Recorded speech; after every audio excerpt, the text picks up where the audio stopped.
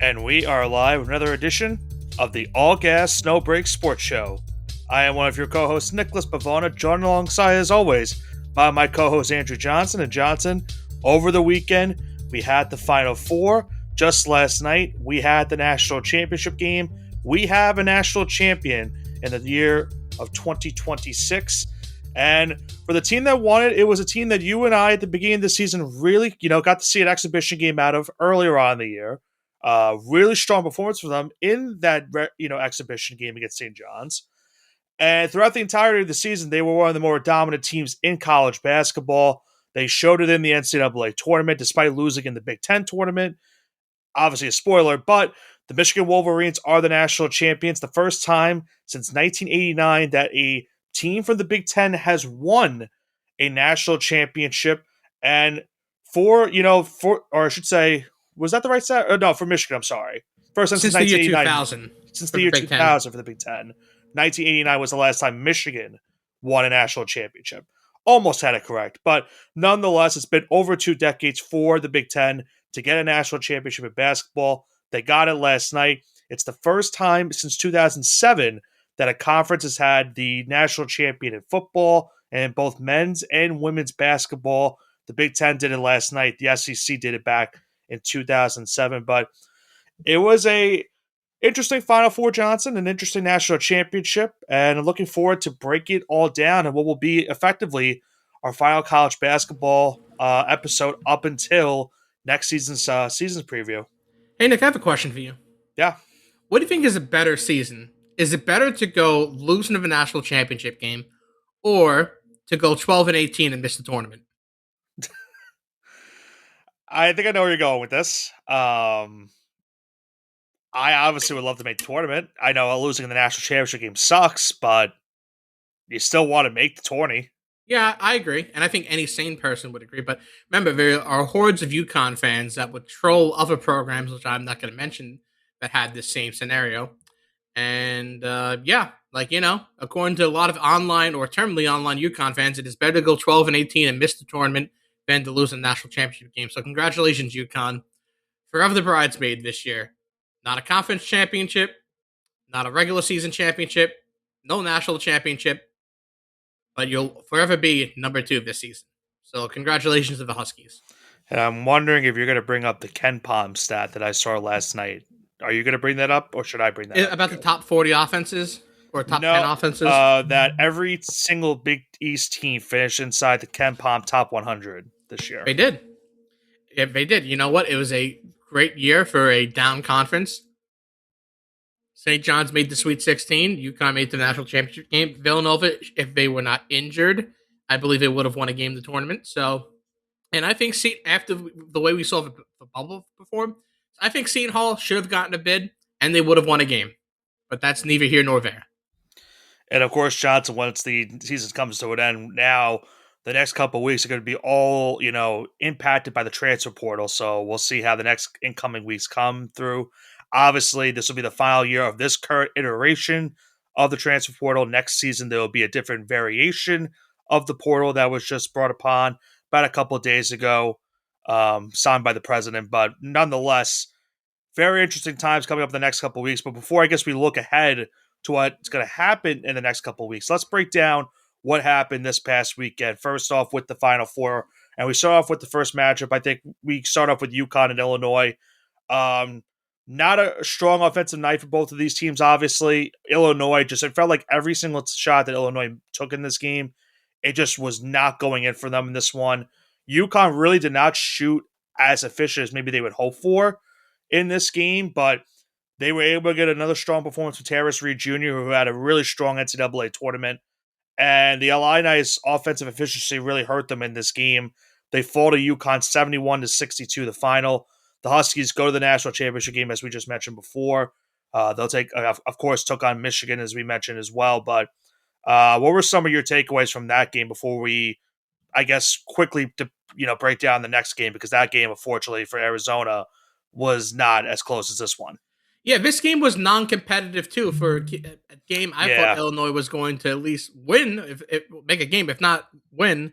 It was largely uncompetitive, And every single time the Illini were making some threes and starting to come back a little bit, UConn would have the answer. So they went punch for punch. If UConn had missed one or two of those shots down the stretch, the momentum would have completely went to the Illini fans that were there. They really traveled well to Yeah. Indianapolis. It seems like it was a 75-25 type of crowd. Maybe that was some Arizona and Michigan fans cheering against the Huskies because they didn't want to see them in the second round. Rightfully so. But yeah, now the question with Brad Underwood is going to have is what happens to your team now? Because Right. the whole transfer, this is a team that does not have a lot of seniors. This Illini team is very much sophomore, junior, and you have some seniors in there, but you have a lot of guys that should have 1 or 2 years left that should be big pieces of your offense next year.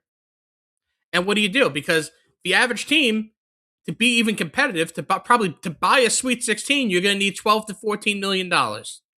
Right.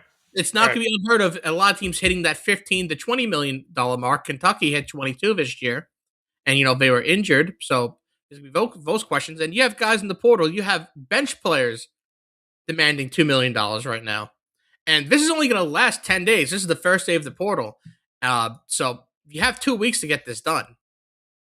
So Right. by 2 weeks from now, by the middle of April, by the end of April, let's say by WrestleMania weekend, this So all should next be week. kind of wrapped up. Yeah. And it's going to be very scary because you're going to have upwards of 3,000 kids in this portal, all looking for money. And you're gonna see these standoffs of GMs and executives and bagmen and agents and whatever saying, "Oh, I'm not going to give you this. I'm just going to wait." And you're going to see a bunch of people start to panic, which is going to set the market. And If speaking you're of, Brad Underwood, you have to Mhm. retain this core, but it's going to cost you $15 to $20 million. And do you have the NIL to actually fund this? I'm not really sure. Yeah, because you got to keep in mind also they're in a Power Five conference of football too, so it's really depending on You what do got to you want to do choose. for that too. Yeah, because again, it's I don't know if it's really getting off topic, but look what just happened this recent season in college football. Indiana, a prominent basketball school, wins the national championship. Now they're in the same situation as where do we put our money towards? Do we just keep this going in football because we've obviously just can continue this ride and maybe win more national championships? And for a team like quote unquote Illinois, you never know because Indiana, of course, like 5 years ago was a bottom of the barrel team in the Big Ten football, and now they're the cream of the crop. And that can really happen for any team, realistically, depending on how much funds you get in the NIL. So that's a great point you make. They have to really have to make a big decision because this Illini team unconstructed is good, but can they be able to keep most of this roster is what it comes down to. Because some of the players might not only go to the portal, they might go to the NBA draft as well. That's the other thing to look at too. Nick, here's my take on this whole historic basketball, historic football type schools. That does not matter in the NIL era. It mattered before because if you were a top recruit and you couldn't get money, and the only hope of you making money off basketball was to make it to the NBA or go to a prominent European league and maybe make some money over there. Right. You needed exposure, you needed structure, you needed the weight room to be up to date, you need the best possible amenities to keep you in tip top shape and to get the best training. And in the NIL era, any team in college basketball could have a billionaire alumni come in and spend $20 million, $30 million, completely revamp a program, and within 1 to 2 years, that'll be a destination for kids. Right. If you wanted to go to, let's say, I mean, again, it's going to depend on the conference too, right? It's going to be a lot harder for a team, and no disrespect, in the Southwest Athletic Conference than like a Big 12 team or a Big 10 team revive a program. But I'll take a school in the A10, for example. If St. Bonaventure had a billionaire come in tomorrow and say, I'm going to build an on campus arena that has 12,000 people. I'm going to give you brand new athletic facilities. I'm going to give you $25 million in NIL. I'm going to pay a head coach here an exorbitant amount of money. And I'm just doing this out of the goodness of my own heart. I'm going to sink $100 million into this program. Overnight, St. Bonaventure would be a top destination in college basketball. Within 2 years of getting all those things up and running, kids would want to go to St. Bonaventure. And And they'd say, "Oh, well, whoever went to St. Bonaventure?" And my answer would be, "Who cares? Hmm. It's the present now. Look at Indiana football. They won the national championship. One of the worst power conference football programs of all time. Kings of a universe within a couple short years because they did the right moves. And this is gonna be a lot easier for basketball, especially if you have access to an NBA arena or like a large arena you can play in. Look at St. Louis right now. St. Louis is spending Big East money on their basketball program. St. Louis might be a destination coming out of that conference in the next couple of years.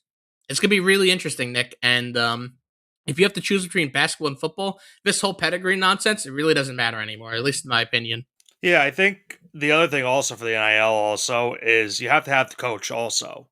Like you can't just build a roster with the money and then not, have a subpar head coach and think that it's going to be fine because you need the guy that's going to institute that.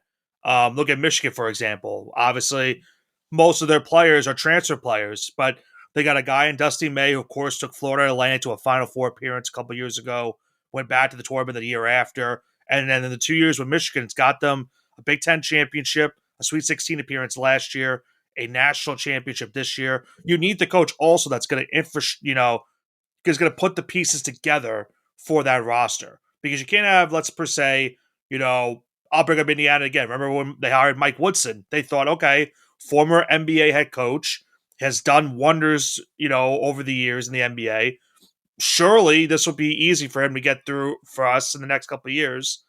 And obviously, it did not work out. That partnership never worked with Indiana and him. And people might be saying the same thing about what happened just recently, but I won't spoil what I'm talking about there. I think you know what I'm alluding to, the recent coaching news with North Carolina. But $50 million, second, by the way, if you saw the full yes, contract. six yeah, I years, did. $50 million. I guess we'll bring that up quickly before we recap the other game. Mike Malone, the former NBA champion head coach for the Denver Nuggets, the new head coach of North Carolina.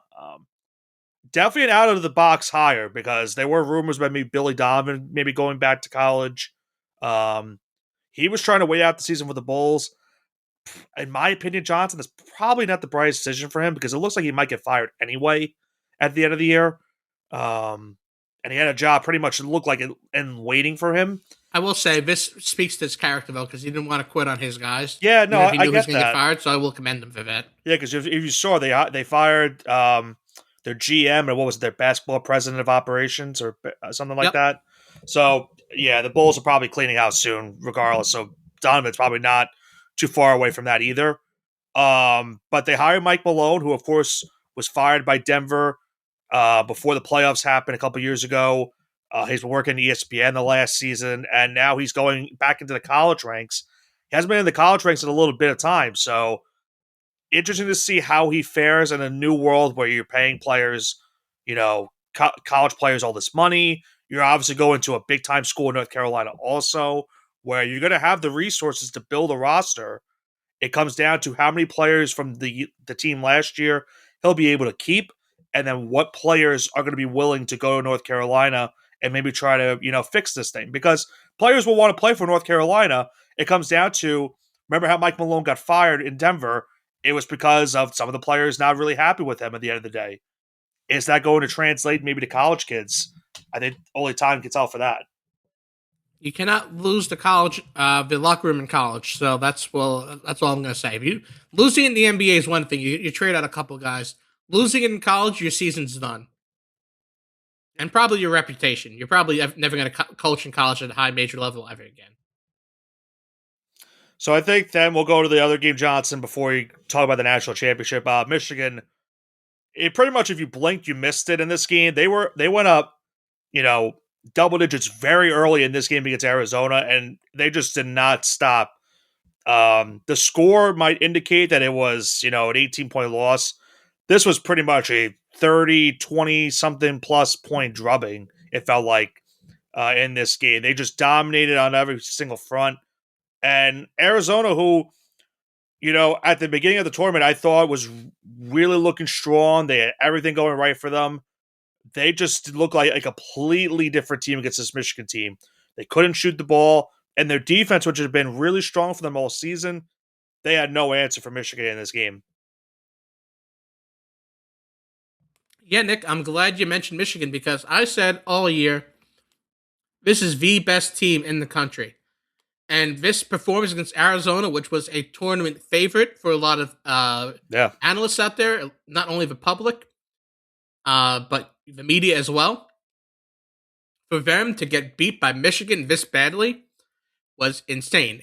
As John Rothstein put it, Michigan by TKO. He put that eight so it was minutes like into the second quarter, there into was the second half. yeah. I think I want to ask: do you think the rumors with Tommy Lloyd to UNC before this game obviously Yes, they were wasn't? 100% true. You think that you think You do not being get it. You do not get that extension. You don't get it locked up before this game if no? you don't think there's smoke. What I was going to ask is: do you think this maybe impacted how this game went for Arizona in a way, I or you don't just think thought, so. or you just I think Michigan Michigan? was always the pick here, Okay, yeah. and I said that last week. I said that coming out of the, I had them in my You had them in championship. your preseason and your I tournament predictions as I've well. had them everywhere. I've said Michigan, Michigan, Michigan since November. So I don't think this. If I think no matter what, they were going to lose to Michigan. So Yeah, I even had to switch my pick last week when we were making our Final Four predictions because as much as Arizona looked strong in this tournament, they beat an Arkansas team that I thought was really solid before. Michigan, every single game in this tournament, they've been drubbing teams by double digits, and I kept bringing up the point that in the first half they looked really like struggling in some of those games, and then the second half they just flipped the switch and were just blowing these teams out. So if you figure, as long as they just could do this for 40 minutes, they're going to easily they win this did this game. without Yaxel Lundeberg being full He strength was a too. non-factor in this game, pretty much. Yeah, which is crazy. He got injured in this game, played a little bit sparingly in the second half, but he didn't have to play this game. Ade Mara was a monster for Michigan in this game, and in a few moments we'll talk about what they did in the national championship game against UConn. But yeah, this was. I think a lot of people were expecting this, and I think we both even said it too. We said that this was the game of the Final Four, and it was over by halftime. Arizona just had no chance in this game. Um, So that leads us now to the that national leads us to last championship. night. Yeah, the Yeah, national championship game, Nick. And by the way, if the committee will ever hear a plea, please make the national championship game on a Sunday at 7 p.m. they will You would never be do that. doing such disservice by making it 9 o'clock on the East Coast. I get it. It's college basketball. It was over by like 11:20, 11:30, even though it was a close game. So I get it. But Yeah, one please, shining moment did it come on till I think after midnight. midnight. Yeah, Yeah. So please, for the love of God, make it on a Sunday. even if they don't make it a Sunday, just make it like a 7 p.m. tip or something. And I also forgot to mention this during our Final Four. Why did they do a concert in between the two games? I have no idea. That's a Because great question. I don't have an answer to. they're getting the time off in between the two games. Like they think they had 40 minutes after the first game ended. But in between that, they said, "All right, let's put the chain smokers out and add a concert." Like we don't need that. Like the game's tipping off at 9 o'clock as it is the second game, and usually when that second game happens, it benefits the team that wins the first game for the national Oh, championship. absolutely. But for these two teams in the national championship game, it looked similar to the UConn Illinois game, in which both teams offensively just had nothing going for them, really could not shoot the ball. The game to me really came down to Michigan, despite being out rebounded in this game, they shot well under 20%. They shot under 15% from the 3-point line. But it came down to UConn Didn't just could. even make a three to the second half, Nick. Yeah, yeah. It really just came down to Michigan was able to really play strong on the defensive side of the ball. They forced 6 steals, 6 blocks, and they were just a better. I feel like the more physical team, despite being out rebounded. I felt like when it came to push, came to shove inside the paint, they were just scoring a lot more points at that point in the game, and were able to hold off UConn. And which, if you're UConn, this was the type of game you needed to win the national championship. You needed Michigan to not shoot the ball well. You needed to out rebound them. The problem was UConn couldn't shoot the ball either. They shot 31% from the field, 27% from the 3-point line. You and I even said it, I think, in our Final Four preview. For UConn to have a chance in this Final Four of the national championship, their 3-point numbers had to get better. It wasn't bad against Illinois, but it hurt them in this game against Michigan. Yeah, because it's a game that if Michigan shot 30% from behind the arc, they would have won by 30 points. Right. It was the three ball was a complete non-factor. They were getting bullied on the interior. They couldn't guard on the perimeter either. Right. Don't listen. Don't let them fool you. Dan Hurley got completely outcoached by Dusty May here. They were leaving so much space for the shooters on Michigan. They just couldn't knock the shots down. Yeah, they kept going into that zone defense, and Michigan kept getting a little bit extra space. I think Elliot Cadeau at one point had a monster three when they were up like 8 points, but it really felt like a game changing three at that point. And by Obviously, the UConn way, made a little bit of a run most after, but MVP of the of this game, Ellie Cadeau, yeah, from living in Ian Jackson's shadow down at UNC to national champion in a year. Take a bow. He's yeah, definitely earned it. yeah. And think about one of the crazier stats I saw about this game too, Johnson. I don't know if you saw this also on Twitter. Before this game, teams were 0-50 all time when you scored under 70 points, you shot under 40% from the field, you shot under 15% from the 3-point line, and you were out rebounded. Michigan was the first team to win a game in the NCAA tournament itself, despite all of that, happening against them. They still were able to win that game, and it's the biggest game of the season. Hey man, I don't know what to tell you here. Yeah, it's tough for you. Obviously, you and I aren't the biggest fans of UConn, but it's tough for them Oh yeah, because because they had one of their worst seasons of all time. If they lost the national championship, Nick, that means it's worse than going 12-18 for a lot of those guys. So you feel for them. yeah, I don't agree with that. I get the logic that if you don't win the championship in any sport, that it's basically a lost season as it is. But this was a UConn team that was going into this tournament after losing badly in the Big East championship. Michigan also, with a not great win, losing in the Big Ten championship to Purdue. But it felt like it benefited these two teams the way it happened. And obviously, UConn had that thriller against Duke to get to the Final Four. They were able to take advantage of Illinois' bad shooting to get the championship game. And they just weren't able to take advantage of Michigan's poor shooting. That's really what it came down to. They took advantage in the first Final Four game, made the national championship game when it mattered. They just could not take advantage. They got a really, solid double-double from Reed, a double-double from Caravan, but you look at the three-point shot shooting from this team. Caravan shot 30%, Mullen shot 30%. Solo Ball was really the more efficient one for them, realistically, in this game. 3-7 from the 3-point arc, 4-10 overall, but yeah, just was not. You want to hear the the narrative that's surrounding some people of UConn right now? Go ahead. That UConn is probably the luckiest team of the modern era. Is it because of the championships they won? Is that why you're saying that? Yeah, they've beaten Well, obviously, what people recognize as two legitimate teams. The most recent one is bad, yeah, because that was a bad Final Four in terms of the teams that were in the Final Four. Well, no, but here's the thing: the most recent one, they still beat Purdue, which was the number one seed. I'm thinking of the one prior to that. Then yes, the one where they beat. I'm glad because they beat what was that? 5-seeded San Diego State. San Diego State, yes. And then prior to that, it was 2013, 2014, Nick. And do you know what was going on in that national championship? Well, that was the Kentucky Harrison twins, if I'm not mistaken. Yeah, who they were a 29-win right? 8 seed. Yeah, correct. Before that, Nick, was the infamous Kemba Walker 8-seeded Butler Bulldogs, who scored 41 points in the national championship game. Yeah, I thought UConn scored 53, so don't get me wrong. They did not blow him out. And Kemba Walker shot 5 of 19 from the field, so it's not like he was lighting it up anyway. Yeah, they were a 3 seed. Remember, if you remember correctly, in that season, they were the 7 seed in the Big East tournament. Yep. They went on to win the tournament, got the 3 seed in the NCAA, and they played, as you mentioned, they played Butler, who was coming off that buzzer beater loss the year prior, or not, I should say buzzer beater loss, but they were literally inches away from winning a national championship the year prior against Duke. And they were an 8 seed that year, as you mentioned, got all the way to the championship game. Everyone thought maybe this was finally going to be it.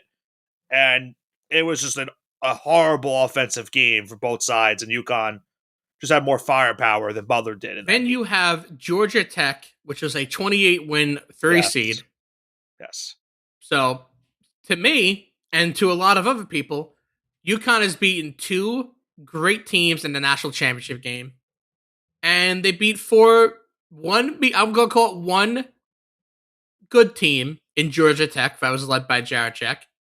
Jack, and the other three championship they were just scrubs who got favorable seating at that point.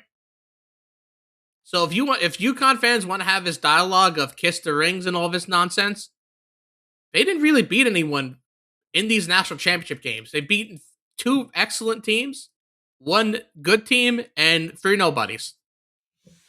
They beat three Cinderellas. That's who they beat.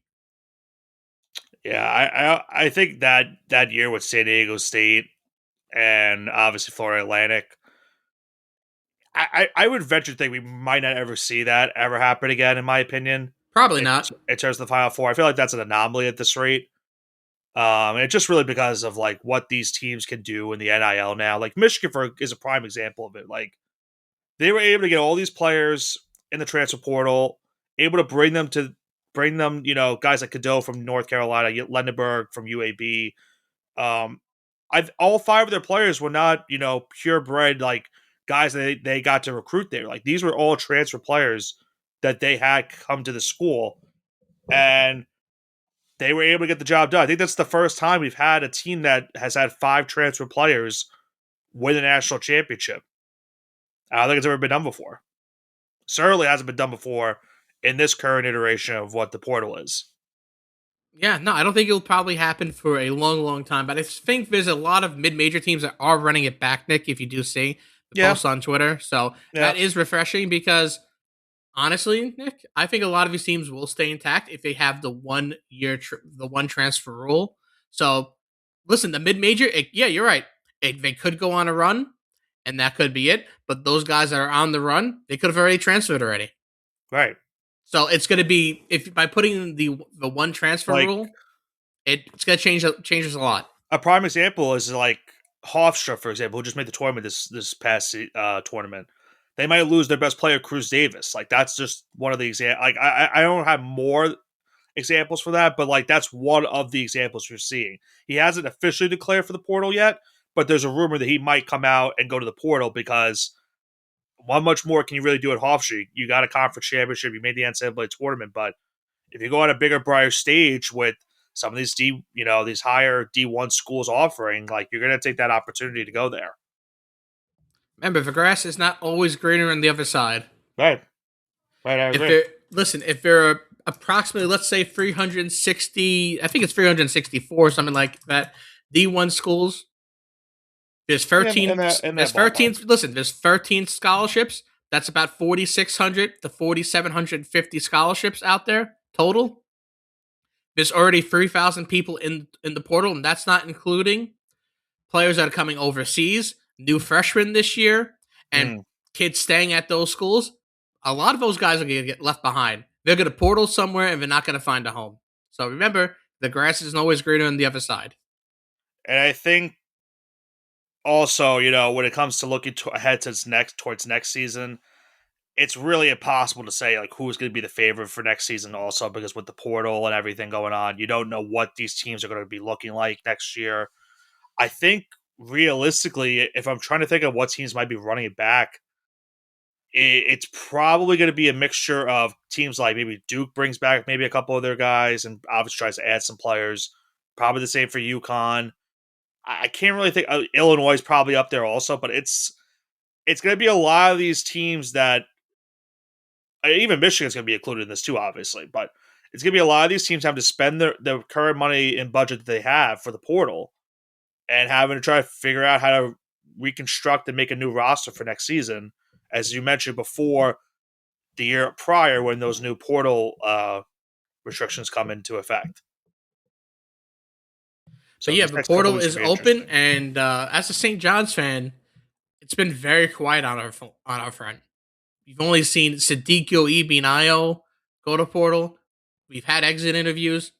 Ian Jackson still on the roster. He's actually going out to City Field with Dylan Darling to throw out the ceremonial Ian pitch for the Mets Jackson game. not being on the portal yet is actually surprising. It's crazy because he was rumored all year that he Yeah. wasn't in it and he's going to go portal, but I would love to see him back. I would love to see him back, really grind this off season. And if there's a player, if there's a coach that could take a 4 year player and get him to the NBA, it's Rick Pitino.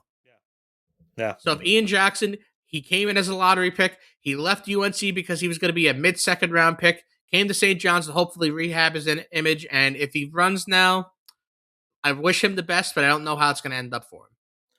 So before we wrap up tonight, Johnson, any final thoughts on this college basketball season before I preview what's going to happen for us in the next couple weeks? Yeah, I mean, this was a great college basketball season. For me as a fan, I did not expect St. John's to go back to back Big East champions. It was the first time ever that a team went outright regular season The and tournament highest champions highest ever. AP poll final ranking since 99-2000 also, so Yeah, very top strong year. 10. I mean, we got screwed on seeding with the committee, but however, we just got played better Happens. in our out Yeah, of you got to do conference better games than next year. non-conference. Yeah. That's what it boils down to. And I think if Rick had just figured out that he has to play Bryce Hopkins, Dylan Mitchell, and Zuby Ejiofor, beginning of the season, because that's when we had our worst performances. If you take a look at Bartorvik, our worst performances of the season all came in that first half before we started those guys. That Providence lost, the Kentucky lost, the Auburn lost, uh, all because we weren't playing those guys all concurrently. When we were Is playing all those guys together, we were almost unstoppable. So I know the Bama game's coming up in Birmingham this year. I think that's in December. The Kentucky's also a home and home, is it not? I don't think Kentucky did not want to schedule a home and home, so we So they had just did the a one neutral game in quote Rome. unquote in Georgia, which is really a Kentucky semi home game. So is there any non-conference games that they have besides the Bama game coming up this We year? don't have anything scheduled yet, and I imagine that a lot of teams are scared to come to Madison Square Garden now. It used to Hmm. be a party for the other opposing fans because you'd only have 7 to 8 thousand Johnny's fans in there, and you'd be able to fill up 6 or 7 thousand of your own fans, especially if you travel well. Take it Michigan. Let's take Michigan, or let's say Duke, for example, when St. John's would host Duke in the Garden a couple of years ago. It would be a party for these teams. They had large fan bases, they'd come and travel in. But now, if you're coming into a Madison Square Garden where you have 10,000 season ticket holders this season, and probably you're going to go up to 12 or 13 next season. So Right. if you're at 13,000 season ticket holders, and then you have the secondary market, which Johnny's fans in New York definitely going to buy. So if you're talking, you have 19,800 at MSG, and you have 15, 16,000 Johnny's fans. It's not all of a sudden, it's not a fun vacation. It's a hostile road environment. So I think that's what's really preventing a lot of teams from scheduling us home and home, because it's no longer a vacation, even though we're looked at as a quad one, really a quad 1A win for a lot of these teams on the road. I don't think it will be these home and home situations won't happen. What we should do is play a bunch of teams on a neutral court, and let's do a And like strong a midseason tournament. tournament. Yeah. I agree. I But agree. overall, it's great. I like the changes they're making. If you told me in 2005, after Reggie, I know it's different sport, but after Reggie Bush has his Heisman taken away, you would have never told me that you'd be spending 15 to $20 million rosters in college basketball and $25 million and $30 million rosters in college football. So this is a different world we live in, and I'm excited for the Big East next year. I'm Yeah. excited for the Big East. It's going to be a up year for the conference. You got a couple new coaches. I think Butler punted, but prove me wrong. I want to see them do well once again, because they were a great team in the mid 2010s up until really the last 5, 6 years ago. And DePaul, this is their coming out party. They're here, and now it's time to make a statement. And I think to piggyback off of what you mentioned about this college basketball season, I mentioned this, I think, in our conference tournament preview. I think it was just such a good year of college basketball just because of there's so many good storylines, but not only that, you had so many good, outstanding players, especially a lot of good freshmen play this season. And when you and I, in a couple months from now, talk about the NBA draft, we're going to be talking about these guys once again. We'll be talking about, who goes number one overall. There's been the debates of, is it Darren Peterson? Is it DeBanza? Is it Boozer? You also have guys like Caleb Wilson probably go to the draft. Kingston's Fleming, Keaton Wagler, Acuff. I can't wait to see what team he goes to after what he just did this past year at Arkansas if he decides to go to the draft. Lendenberg, we just saw. for what he did with Michigan. He's going to be going into the draft, obviously. And then it's the other unknowns, like, well, a guy like Mullins, will he go one and done? Is Koa Pete one and done? Like, just a couple of, different players and names that we got to witness this entire college basketball season and what they did overall in the entirety of whether it was 1 or 4 years. And they just emerge as incredible talents that, if you see in the NBA, we mentioned this too in the NBA midseason report, a lot of the teams are tanking for a reason to try to get one of these guys because it's a really incredible pool of talent that we're going to have upcoming in the NBA next season. Rookie of the Year case is going to be really tough for us to potentially pick in terms of that once we do our NBA season preview next year. But I'm looking forward to seeing where some of these guys go if they do decide to stay in college or go to the draft.